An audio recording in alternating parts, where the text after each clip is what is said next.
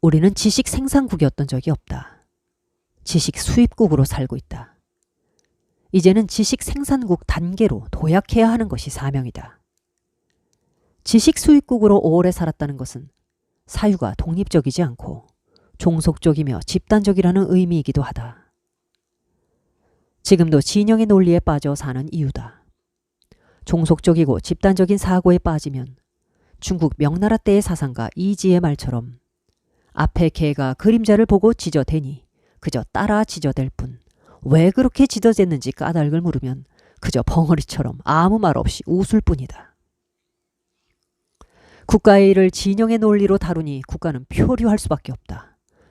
종속적이고 집단적 사고에 매몰되어 있으면 어떤 문제를 독립적인 사고 능력으로 집요하게 다루지 못하고 바로 반대편을 선택해버리거나 논리를 임의대로 사용하는 특징을 보인다.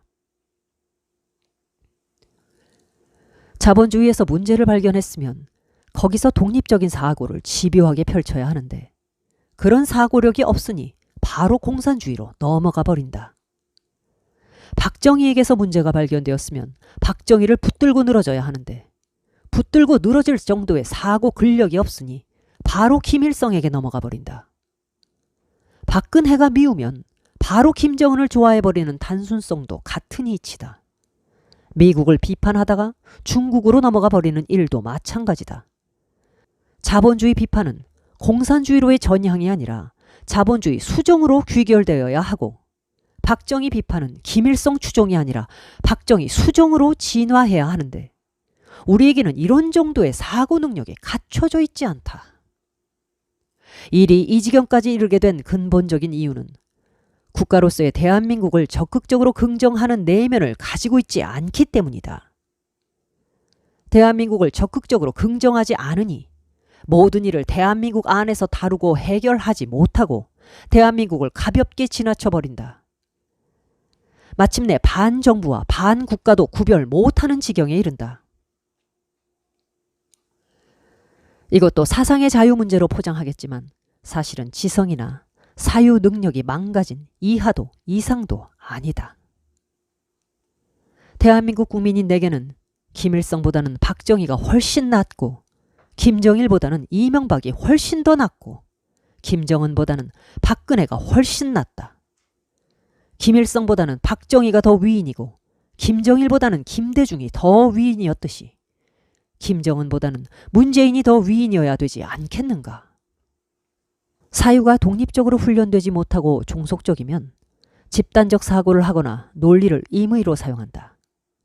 얼마 전까지 심지어는 지금까지도 대한민국의 지성계에는 희귀한 논리가 있다.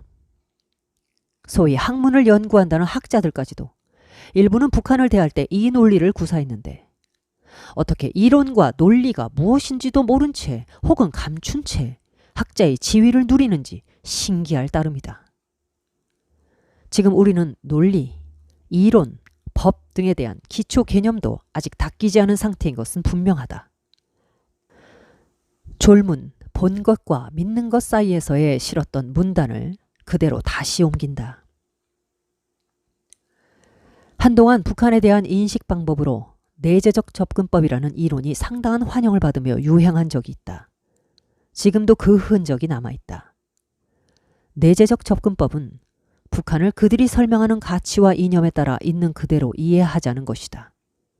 북한을 북한의 시각으로 이해해야 한다는 것이다. 그러나 이것은 이론의 대접을 받기에는 턱없이 부족하다. 이론이 가지고 있어야 하는 최소한의 미덕은 객관성과 보편성이다. 주관적인 감각을 벗어나야 하며 어떤 특정한 대상이 아니라 매우 넓은 범위 어디에나 치우침 없이 적용되어야 한다. 하지만 당시에는 북한을 대할 때만 내재적 접근법을 사용하였다. 우리 자신, 즉 대한민국을 대할 때는 내재적 접근법을 사용하지 않았다. 우리 스스로에게는 인류 보편의 가치 기준을 적용하였다.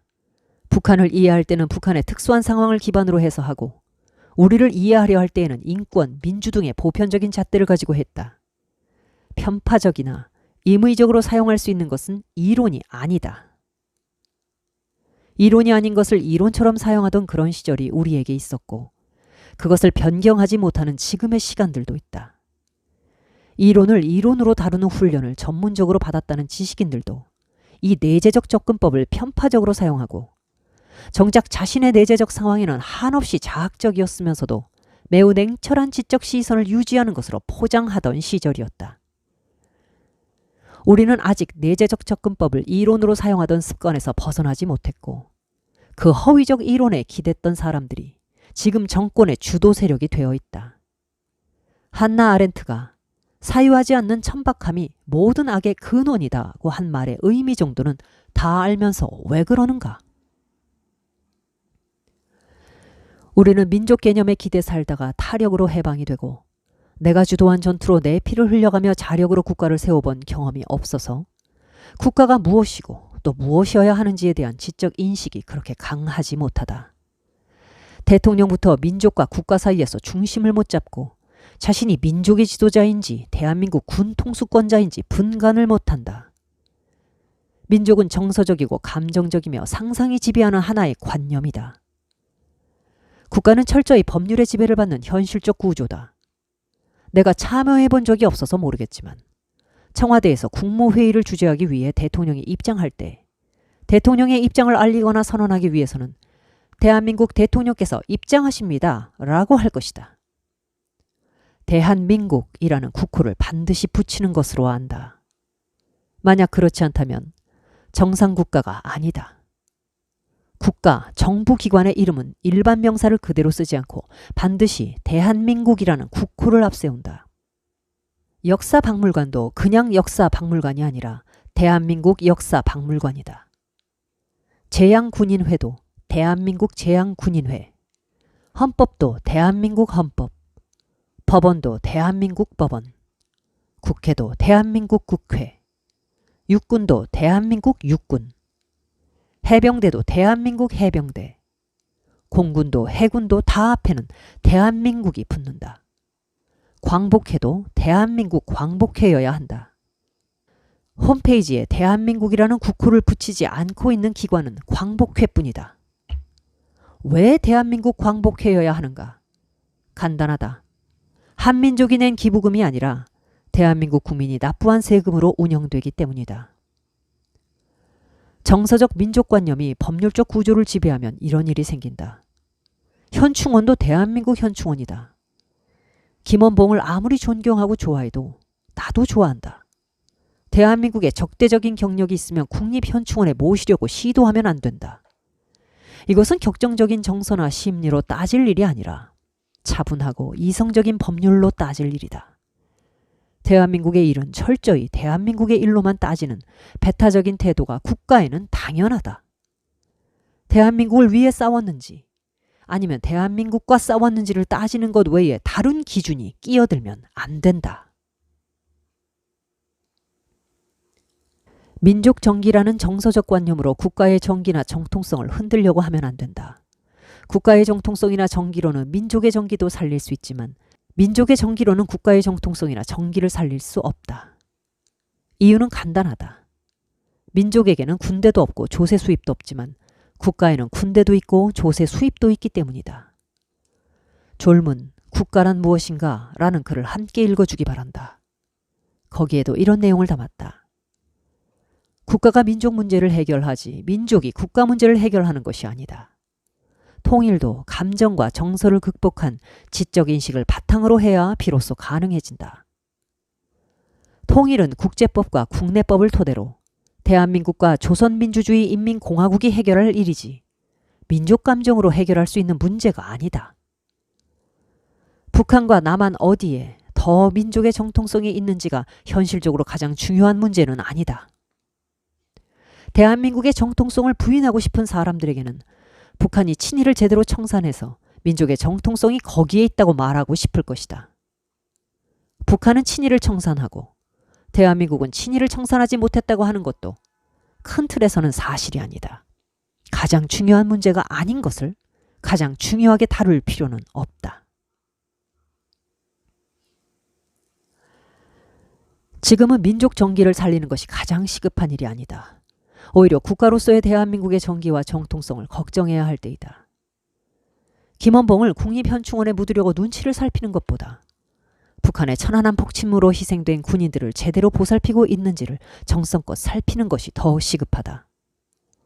현충일에 천안함 유족들이 초대받지 못하고 아직도 천안함이 누구의 소행인지를 대통령에게 물어야 하는 것이 대한민국의 현실이다. 대통령은 민족의 지도자가 아니라 영광스러운 대한민국의 군 통수권자임을 다시 분명히 새겨야 할 것이다.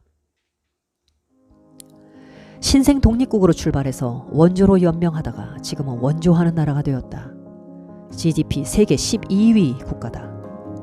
산업화와 민주화를 달성한 나라다. 대한민국은 태어나지 말았어야 할 나라가 아니다.